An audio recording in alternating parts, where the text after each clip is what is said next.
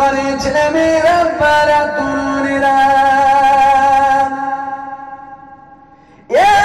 নবী পাকের প্রেমিকেরা আল্লাহ নবীদের দুনিয়ার বাদশা হাবিবুল্লাহ তোমাকে আমাকে কত মুহাব্বত করে দেখো আল্লাহ নবীদের দুনিয়ার বাদশা হাবিবুল্লাহ যখন তায়েফের জমিনে ইসলামের দাওয়াত দিতে চলে গেল আল্লাহ নবীর কথা কেউ মানে না আল্লাহ নবীর কথা মানা ছেড়ে দিয়ে বড় বড় ঢিল নিয়ে নিয়ে আল্লাহ নবীকে মারতে আরম্ভ করেছিল আমার রাসূলুল্লাহ মার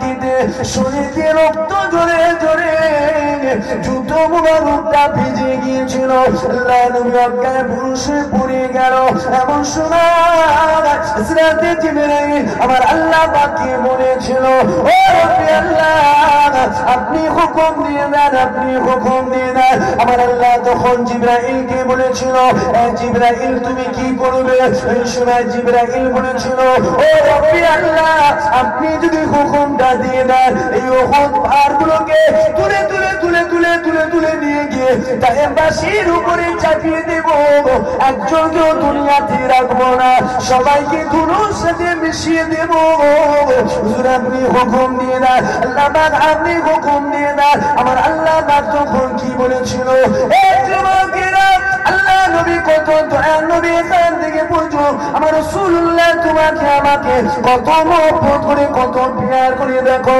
আল্লাহ নবী তোমাকে আমাকে কতটা ভালোবাসে এখান থেকে বুঝি না এই দুদিনের দুনিয়ায় পড়ে দুনিয়া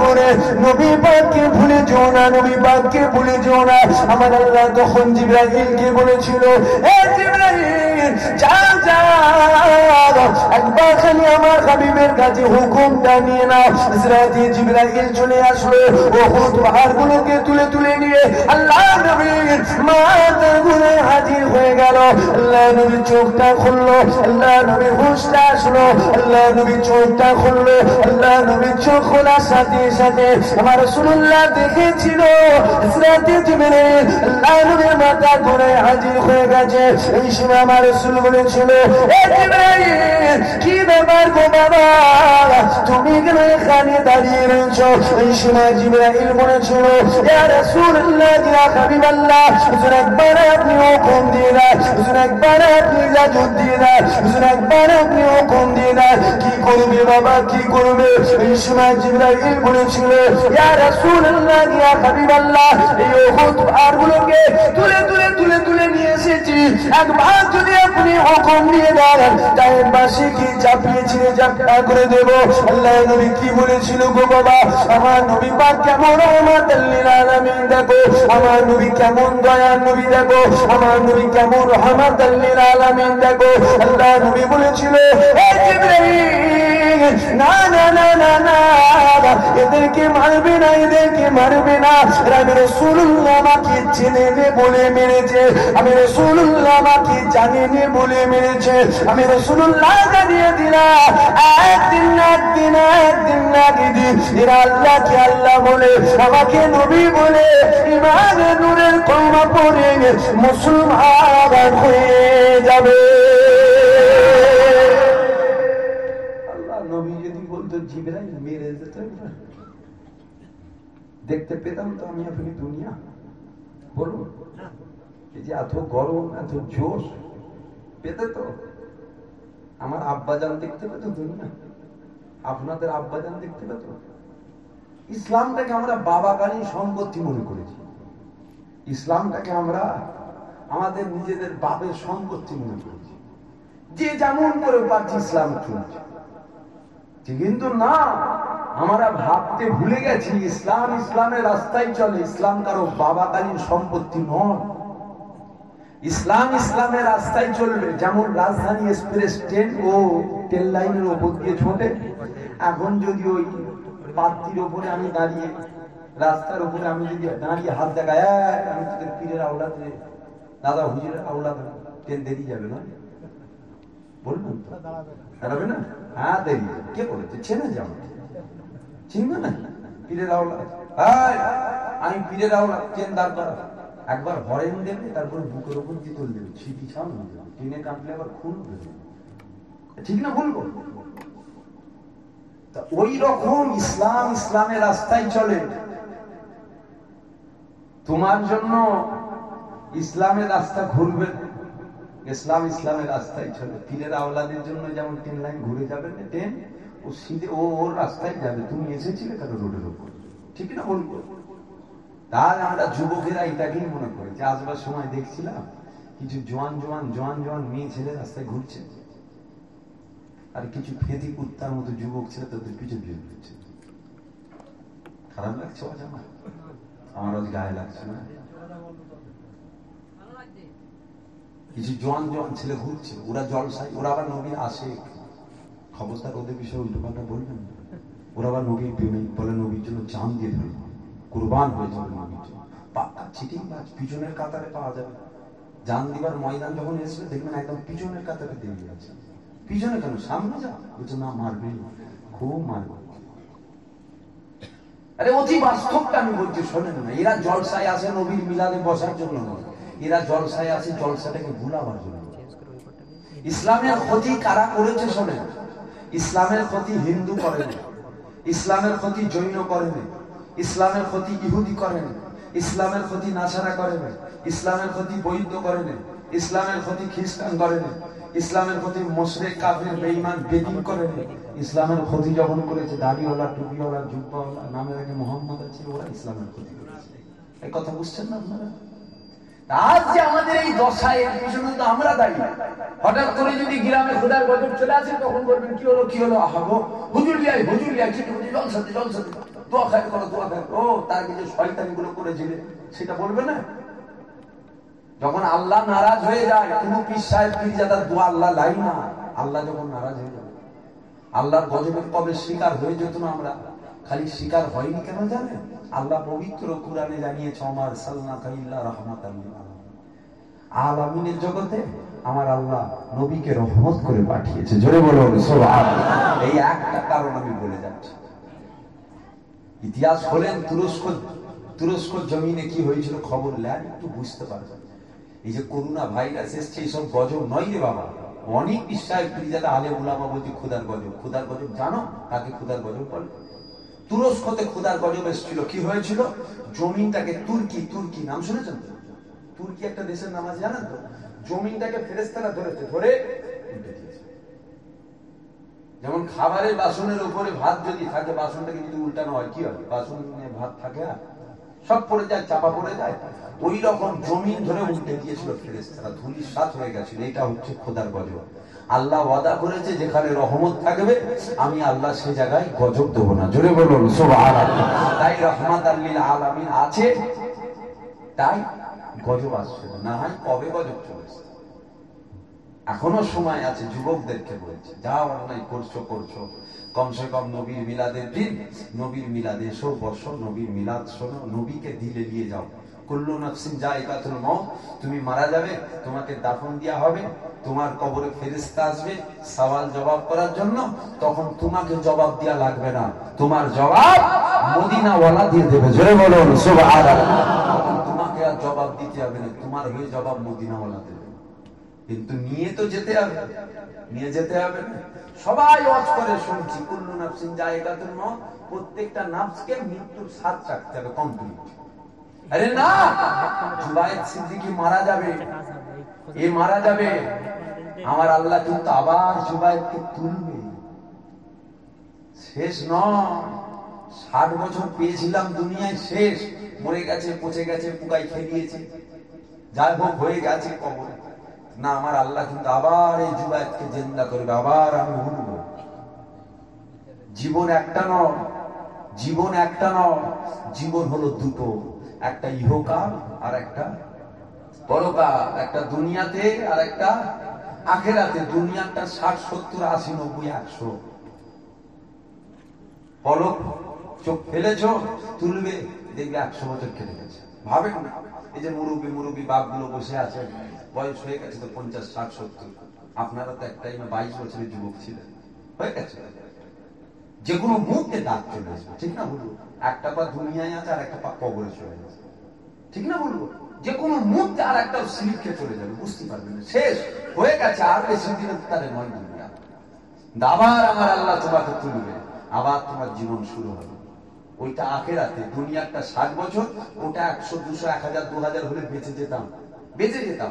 আবার যে আমার আল্লাহ দুনিয়ায় পাঠাবে, 1000 বছর শাস্তি পেয়েছি জীবনে, আর এই অন্যায় করবো নি। দুনিয়ায় খালি ইবাদত আর ইবাদত, ইবাদত। আল্লাহ বলছে ওই সুযোগ কিন্তু আর পাবনি তো। আহারে মুসলমান ছেলে মেয়েরা, মারা তরুণেরা, আল্লাহ নবী দিন দুনিয়ার বাদশাহ হাবিবুল্লাহকে মুহাব্বত করো, বিয়ার করো। এ যুবকেরা, বাবেরা, মায়েরা, বোনেরা, কোন নবীর মিলাদ মানাচ্ছ একটু শোনো। আল্লাহ নবীর মাওলুদ শরীফ আমিও একটু মানিয়ে দিয়ে যায়, আল্লাহ নবীর একটু মাকাম বলে দিয়ে যায় শোনো।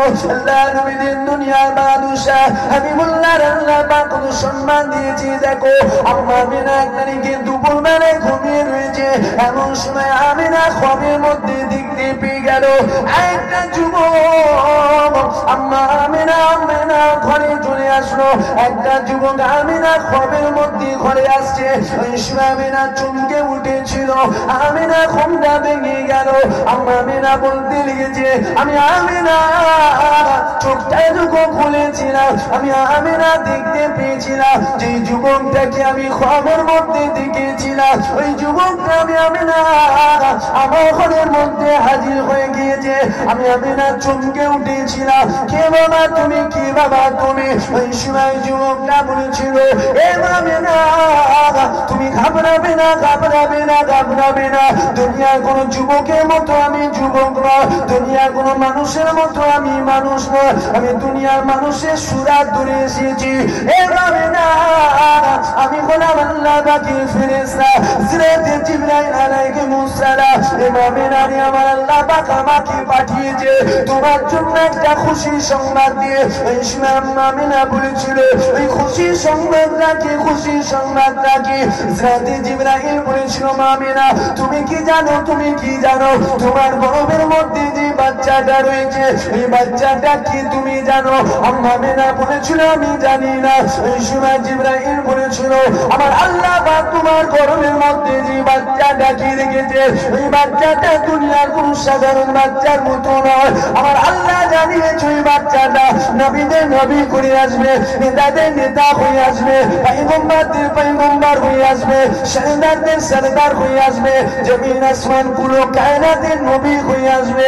এ আমিনা তোমার বাচ্চার নামটা দুনিয়ার কোনো মানুষ রাখবে না, তোমার বাচ্চার নামটা দুনিয়ার কোনো মানুষ রাখবে না। এ আমিনা আমার আল্লাহ পাক তোমার বাচ্চার নাম রেখেছে, আমি জিবরাইল আমাকে জানিয়ে পাঠিয়েছে।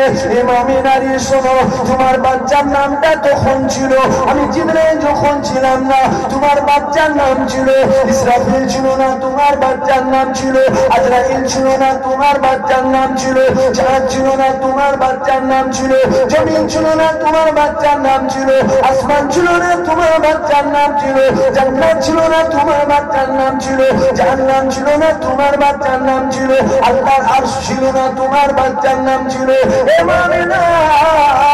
এমনকি তুমিও ছিলে না, তোমার বাচ্চার নাম ছিল, তোমার বাচ্চার নাম আমার আল্লাহ তিনি রেখেছে মুহাম্মাদুর রাসূল।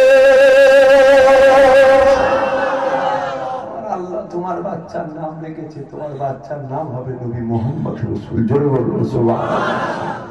যেই বাচ্চার নাম আমার আল্লাহ তিনি রাখে। ঈসা, ঈসা নবী। ঈসা কে ছিল? ঈসা কে ছিল? নবী ছিল তো। মুসা কে ছিল? নবী ছিল তো। ইসমাইল কে ছিল? নবী ছিল। ইব্রাহিম নবী, আদম নবী, নূহ নবী, ইদ্রিস নবী, ইউনুস নবী, ইসমাইল নবী, ইব্রাহিম নবী, সব নবী। আমার নবী কি ছিল? নবী ছিল। আমার নবী, আমার নবীও নবী ছিল, ইনারাও নবী, আমার নবীও নবী। আমার নবীর মাকাম শোনাও।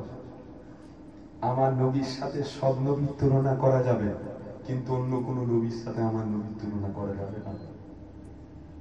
ঈসাও নবী ছিল, আমার নবীও নবী ছিল, কিন্তু আমার নবীর মাকাম কত দেখো।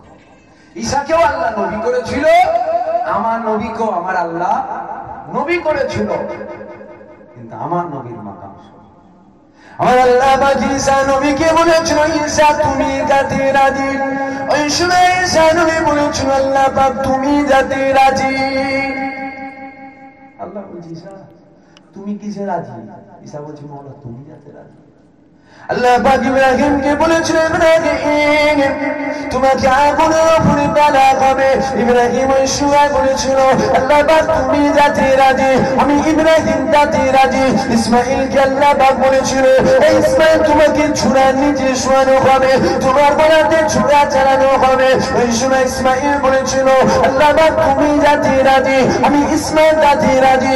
আদমকে আল্লাহ বলেছিল দুনিয়াতে ফেলা হবে, আদম বলেছিল তুমি যাতে রাজি, আমি আদম যাতে রাজি। 1,24,000 মতান্তরে 2,24,000 নবী পয়গম্বরকে আল্লাহ পাক বললো, হে আমার নবীরা তোমরা বলো তোমরা কিসে রাজি, কিসে রাজি? সমস্ত নবীরা সাক্ষী দিয়েছিল, আল্লাহ তুমি যাতে রাজি, আমরা যাতে রাজি। আর আমার নবীর ব্যাপার যখন আসছে, আমার আল্লাহ পাক জানিয়েছে, আমার দোস্ত শোনো, তুমি যাতে রাজি, আমি আল্লাহ তাতে রাজি। নবী ছিল, সব তো নবী, আমার নবী নবী, ইনারাও নবী ছিল, আমার নবীও নবী ছিল। কিন্তু ইনাদেরকে আল্লাহ বলছে বলো, ইনারা বলছে মাওলা তোমার রাজাইতে আমরা রাজা। আর নবীর ব্যাপারে আল্লাহ বলছে দোস্ত তুমি তুমি যাতে রাজি, আমি আল্লাহ তাতে রাজি। জোরে বলবেন না সুবহানাল্লাহ। আমার আল্লাহ ঈসা নবীকে যখন ডেকেছে নাম ধরে ডেকেছে, ইসমাঈলকে যখন ডেকেছে নাম ধরে ডেকেছে, ইব্রাহিমকে যখন ডেকেছে নাম ধরে ডেকেছে। আমার রসুলকে আল্লাহ যখন ডেকেছে, আল্লাহ বলছে হাবিব। জোরে বলবেন না সুবহানাল্লাহ। আমার রসুলকে আমার আল্লাহ যখন ডেকেছে তখন বলছে দোস্ত। জোরে বলবেন না সুবহানাল্লাহ। আমার নবীকে আল্লাহ যখন ডাকছে তখন হুজুর। জোরে বলবেন না সুবহানাল্লাহ। আমার আল্লাহ জানাচ্ছে জান্নাতি তারকেরা, এ জান্নাতি তারকেরা, ঈসা মুসা ইব্রাহিম ইসমাইল যেই আসুক, যেই নবী আসুক, খবরদার জান্নাত খুলবে না। আল্লাহ বলছে অর্ডার করছে খবরদার জান্নাত খুলবে না। তবে আমি একজনের নাম তোদেরকে জানিয়ে রাখি, সে যদি আসে খবরদার জান্নাত যেন বন্ধ রাখবি না।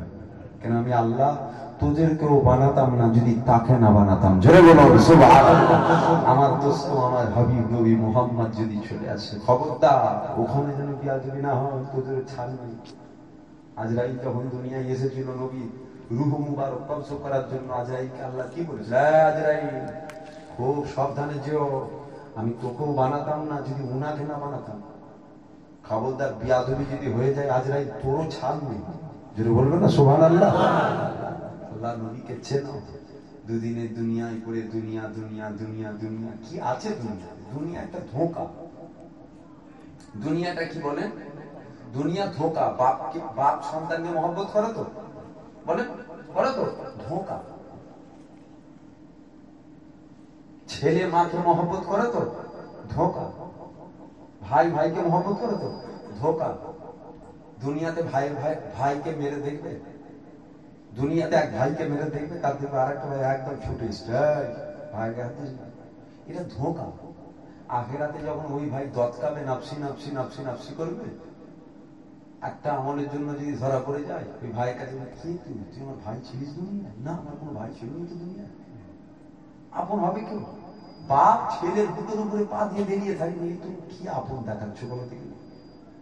মা সন্তানকে কত মহব্বত করে। সন্তানের যদি কষ্ট হয় মায়ের কষ্ট হয় না হয়? সন্তানের যদি দুঃখ হয়, হাত ভাঙে কোমর ভাঙে পা ভাঙে, সন্তান কাঁদলে মাও দেখবে কাঁদবে, মায়ের চোখে পানি চলে আসে। মা তুমি কাঁদছো কেন? তখন মা বলে আরে খ্যাপা আমার সন্তান কাঁদে রে, আমার বাচ্চা কাঁদে রে, তাই আমি কাঁদছি। ওই বাচ্চার যদি একটা নাকি শর্ট হয়ে যায়, মায়ের কাছে যদি যায়, মা বলে আমার কোনো ছেলেই ছিল না তুমি। কথা বুঝছেন কি আপনারা? তাহলে এটা কি? এটা ধোঁকা নয় তো কি? আপনারা কি মনে করেন জানি না, কিন্তু আমি ধোঁকা মনে করি। হ্যাঁ, দুনিয়াতে আল্লাহ বাপ ছেলের সাথে সম্পর্ক দিয়েছে, মহব্বত দিয়েছে, ভালোবাসা দিয়েছে। আল্লাহ জানিয়েছে তোর বাপ মাকে আমি আল্লাহ তোর জন্য জান্নাত করে পাঠিয়েছি। জোরে বলুন সুবহানাল্লাহ। মায়ের পায়ের তলায় তোমার জান্নাত। ভালোবাসো, মহব্বত করো, ফল পাবে। তো আপন হবে না দুনিয়াতে। মায়া, এটা মায়ার জাল। দুনিয়াতে আমার আল্লাহ সিস্টেম তৈরি করেছে, সন্তানের সাথে মায়ের টান, মহব্বত, ভালোবাসা, আল্লাহ সিস্টেমটা তৈরি করেছে। কিন্তু আখিরাতে কেউ কারো নয়। পীরের ছেলের জন্য আখেরাতে আলাদা ব্যবস্থা থাকবে না, আলেমের জন্য আলাদা ব্যবস্থা থাকবে না। পীর সাহেব, ইমাম সাহেব, গাজী সাহেব, হাজি সাহেব, মুফতি সাহেব, মুহাদ্দিস, যেই বেটাই হোক, দাদা হিসাব দে, ঠিক না? দাদা হিসাব দে। দাদা হুজুরের আওলাদও যদি হয়, কি করবো? দাদা হুজুরের আওলাদ তো হিসাব দিয়ে তারপরে ফাইসাল্লাহ হবে, জান্নাতে যাবি না জাহান্নামে যাবে, ঠিক না বলবো? কাজ যদি করো তাহলে আরশের ছায়া পাবে, কাজ যদি করো জান্নাত পাবে, কাজ যদি করো নবীর সাফায়াত পাবে। কাজ যদি না করো, যে আমির সাহেবেরই বেটা হও তুমি, যে পীর সাহেবেরই বেটা হও, কোনো বেটার ছাড় নেই, ঠিক না ভুলবো? মুসলমান ছেলেমেয়েরা, বারা তরুণেরা, আল্লাহ নবীর দুনিয়ার বাদশাহ হাবিবুল্লাহ কত সম্মান ইউসুফ দেখো। এ যুবকেরা, আল্লাহ পাক তোমার আমার নবী পাককে কি নিয়ামতি নবী করেছে দেখো। আমার আল্লাহ পাক পবিত্র কোরআনে জানিয়েছে, কাযযাকুম মিনাল্লাহি নূরুন নূরুন নূর। প্রথমে আল্লাহ জানিয়েছে কাযযাকুম মিনাল্লাহি নূর ওয়া কিতাবুন। প্রথমে কি বলুন? প্রথমে কি? প্রথমে হচ্ছে নূর। আল্লাহ পাক পবিত্র কোরআনের মধ্যে জানিয়েছে, কাযযাকুম মিনাল্লাহি নূর ওয়া কিতাবুম মুবিন। আমি আল্লাহ পাক দুনিয়া জমিনে প্রথমে পাঠিয়েছি নূর, অর্থাৎ আলো পাঠিয়েছি, জ্যোতি পাঠিয়েছি। তারপরে আমি আল্লাহ পাক আমার পবিত্র কালামুল্লাহকে পাঠিয়েছি। আল্লাহ নবীর চাচা যান হযরত আব্দুল্লাহ ইবনে আব্বাস বলতে গেছে, ওই নূরটা কি, ওই নূরটা কি, ওই নূরটা কি, ওই নূরটা কি? ওই নূরটা অন্য কিছু নয়, অন্য কিছু নয়। ওই নূরটা হলো নবী মুহাম্মাদুর রাসূল। আল্লাহ নবী নূরের নবী, ঠিক না ভুলবো? এটা মানেন তো আপনারা? আমার নবী নূরের নবী মানেন তো আপনারা? আপনাদের আলোচনা শুনতে অসুবিধা হচ্ছে না? আমার বলতে একটু অসুবিধা হচ্ছে, কেন সমস্যা হচ্ছে? আপনাদের অসুবিধা হচ্ছে না? আল্লাহ পাক পবিত্র কোরআনের মধ্যে জানিয়েছে, কাযযাকুম মিনাল্লাহি নূর ওয়া কিতাবুম মুবিন। আমি আল্লাহ পাক আমার তরফ থেকে প্রথমে পাঠিয়েছি নূর, তারপরে আমি আল্লাহ পাক আমার তরফ থেকে কালামুল্লাহকে পাঠিয়েছি। তাই তো আমার আল্লাহ পাক পবিত্র কোরআনের মধ্যে জানিয়েছে, বান্দা নামাজ পড়ো, নামাজ পড়ো, বান্দা নামাজ পড়ো, নামাজ পড়ো, বান্দা নামাজ পড়ো, নামাজ পড়ো। কিন্তু আমার আল্লাহ পাক পবিত্র কোরআনের মধ্যে কোনো জায়গায় জানাই না, কোনো জায়গায় জানে না। কিভাবে যদি আলেম থাকিয়ে যাও, কিভাবে যদি মুফতি থাকিয়ে যাও, কিভাবে যদি ইমাম থাকিয়ে যাও, কিভাবে যদি মুফতি মুহাদ্দিস থেকে চলে যাও, পবিত্র কোরআনটাকে খুলে না, একবার দিনাকে জিজ্ঞাসা করে নাও। আমার আল্লাহ পবিত্র কোরআনে তো নামাজের কথা বলেছে, কিন্তু বান্দা কিভাবে নামাজটা পড়বে এই স্টাইলটা কি আল্লাহ পাক জানিয়েছে। তাই তো আল্লাহ পাক পবিত্র কোরআনের মধ্যে নামাজ পড়ার কথা বলেছে, কিন্তু কোন স্টাইলে বান্দা নামাজ পড়বে এটা আমার আল্লাহ পাক জানাই না। আমার আল্লাহ পাক তাই তো জানিয়েছে, কাযযাকুম মিনাল্লাহি নূর। আমি আল্লাহ দুনিয়া জমিনে আমার হাবিবকে মডেল করে পাঠিয়েছি, যারা দুনিয়াদারি করবি, কেমন ভাবে দুনিয়াদারি করবি আমার দোস্তকে দেয়, কেমন ভাবে নামাজ পড়বি দোস্তকে দেয়, কেমন ভাবে রোজা রাখবি দোস্তকে দেয়, কেমন ভাবে হজ করবি দোস্তকে দেয়, কেমন ভাবে যাকাত দিবি দোস্তকে দেয়, কেমন ভাবে দোকানদারি করবি দোস্তকে দেয়, কেমন ভাবে কথা বলবি দোস্তকে দেয়, কেমন ভাবে চলবি দোস্তকে দেয়, কেমন ভাবে মানুষের সাথে ব্যবহার করবি এটা আমার হাবিবকে দেখে নে। আমার হাবিবকে দেখে নিয়ে যদি তোরা আমার হাবিব যে স্টাইলটা তোদের দেখাবে, আমার হাবিব নামাজের যে স্টাইলটা তোদের দেখাবে, ওই স্টাইলে যদি তোরা নামাজ পড়তে পারি, আমি আল্লাহ নামাজটা আমার পরিবারে কবুল হয়ে যাবে। আল্লাহ পবিত্র কোরআনে নামাজের কথা বলেছে না বলেন? বলেছে। কোরআনে কোন জায়গায় স্টাইল বলা আছে? মানে কিভাবে পড়বে, কেমন ভাবে রুকুতে যাবে, কেমন ভাবে দাঁড়াবে, কিভাবে সেজদায় যাবে, স্টাইলটা আল্লাহ কোরআনে জানিয়েছে। কি কোরআনে জানায়? এখানে আমার আল্লাহ জানাচ্ছে, দুনিয়ার জমিনে আমি আমার দোস্তকে মডেল করে পাঠিয়েছি। দোস্ত যেভাবে নামাজ পড়বে ওইভাবে পুরা পড়, আমি আল্লাহ আমার নামাজ আদায় হয়ে যাবে। জোরে বলুন সুবহানাল্লাহ। কিন্তু আমরা রাসূলকে ফলো করি না। ব্যবসা করছেন নেকির কাজ, দোকানদারি করছেন নেকির কাজ, চাষ করছেন নেকির কাজ, রাস্তায় হাঁটছেন, হাঁটতে হাঁটতে জবানে যদি কিছু পড়ে না নাই পড়ে, চুপও যদি থাকেন, কোনো কিছু যদি মুখ দিয়ে না পড়েন, দোয়া করুন। রাস্তায় হাঁটছেন, নেকির কাজ। খাচ্ছেন, নেকির কাজ। কথা বলছেন, একটা মানুষের কথার জবাব দিচ্ছেন, নেকির কাজ। প্রত্যেকটা জিনিস যদি রসুলকে দেখো, যে নবী যেভাবে হেঁটেছে আমি ওইভাবে হাঁটবো, নবী যেভাবে কথা বলেছে আমি ওইভাবে বলবো, সবটাই নেকি হয়ে যাবে। জোরে বলো সুবহানাল্লাহ। আর নবী না চিনে করলে সব বেকার, সব বেকার, গুনাহ হবে। আর নবীর স্টাইলটা দেখে যদি ওই কাজটাই নবীর স্টাইলটা দেখে করো, তাহলে কিন্তু ইবাদত হয়ে যাবে। তাই তো ইমামে আজমকে বলেছিল, এই ইমাম বলো, তোমার দাড়ির দাম বেশি না আমার ছাগলের দাড়ির দাম বেশি? দাড়ি রাখতে হয় রেখেছি, কিন্তু না, দাড়ি রাখতে হয় রেখেছি না, রসুল যে স্টাইলে রেখেছে ওই স্টাইলে রাখবে। নবী চিনে রাখলে তবেই সুন্নাত হবে, নবী না চিনে রাখলে সুন্নাত হবে না।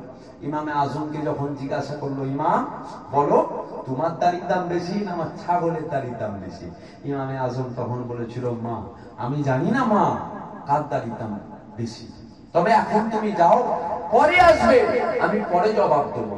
ইমামে আজমের লাশ যাচ্ছে, আর ওই ইহুদি মহিলা বলছে, এটা কার লাশ রে? বলছে ইমামে আজমের লাশ। বলছে লাশ দাঁড় করা, দাঁড় করা লাশ। কেন? যে তোদের ইমাম কথা দিয়েছে, বলবে ওর দাড়ির দাম বেশি না আমার ছাগলের দাড়ির দাম বেশি। চলে যাচ্ছে মানে মুসলমানের জবান দুটো হয়, মুসলমানের জবান দুটো হয় না। তোদের ইমাম বলেছে আমাকে। ইমামে আজম তখন কাফনের ভেতর থেকে বলেছিল, মা তোমার ছাগলের দাড়ির থেকে আমি ইমাম, আমার দাড়ির দাম বেশি। জোরে বলুন সুবহানাল্লাহ। ইহুদি মহিলা তখন বলছে, ও ইমাম এটা তখন বললে না কেন? ইমামে আজম জানতো না নামাজ নিয়ে মরবে নাকি? জানতো। ইমামে আজম জানতো না রোজা নিয়ে মরবে নাকি? ইমামে আজম জানতো না। ইমামে আজম জানতো না হজ নিয়ে মরবে নাকি? ইমামে আজম জানতো। ইমামে আজম জানতো না যাকাত নিয়ে মরবে নাকি? ইমামে আজম জানতো। ইমামে আজম জানতো না দান খায়রাত করা অবস্থায় মওত হবে নাকি? হ্যাঁ জানতো। কি জানতো না? ইমামে আজম বলছে, আমি জানতাম না ঈমান নিয়ে মরবো নাকি। অর্থাৎ নামাজ তো ঈমান নয়, অর্থাৎ রোজা তো ঈমান নয়, অর্থাৎ হজ যাকাত তাসবিহ তেলাওয়াত এগুলো তো ঈমান নয়, এগুলো ইবাদত। এগুলো করেছি আমি আমার জীবনে, এগুলো যাবে, কিন্তু ঈমানটা যদি সাথে যায় তবেই এগুলো লাভ। আর ঈমান যদি না যায় সব বেকার হয়ে গেল, কোনো লাভ নেই। কলসির তলায় ফুটো, যা পানি দিয়েছি সব বেরিয়ে চলে গেছে ময়দানে, মাশারের জমিনে দেখি ফাঁকা, কিছুই নেই। এত পানি রোধ করলো, গেল কোথায়? এত নামাজ রোজা তাসবিহ তেলাওয়াত ফুটো ছিল তো, অর্থাৎ ঈমানটাই তোমার ছিল না। কি হবে? আজ সমাজে দেখা যায় বহুত যুবক আছে, বহুত বাপ আছে, যারা নাকি বলে আমার আল্লাহর জন্য নবীর জন্য জান দেবো। বহুত দেখতে পাওয়া যায়। তাদেরকে যদি জিজ্ঞাসা করা হয় নবীর মিলাদে 2 ঘন্টা 4 ঘন্টা 1 ঘন্টা বসলি না কেন, তখন দেখবেন তারা বলবে কষ্ট হয়। 2 ঘন্টা বসতে কষ্ট হয়, পায়ে লাগে, কোমরে লাগে, খিদে পায়, ঘুম পায়।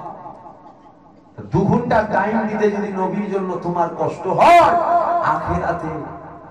আখেরাতে নবীকে কি করে পাবে তুমি? আবার তুমি কি করে বলো যে নবীর জন্য জান দেবো? ওখানেও তো কষ্ট হয়। কিন্তু কষ্ট হয় না? এই যে বসে আছেন, আমাদের কষ্ট হচ্ছে না?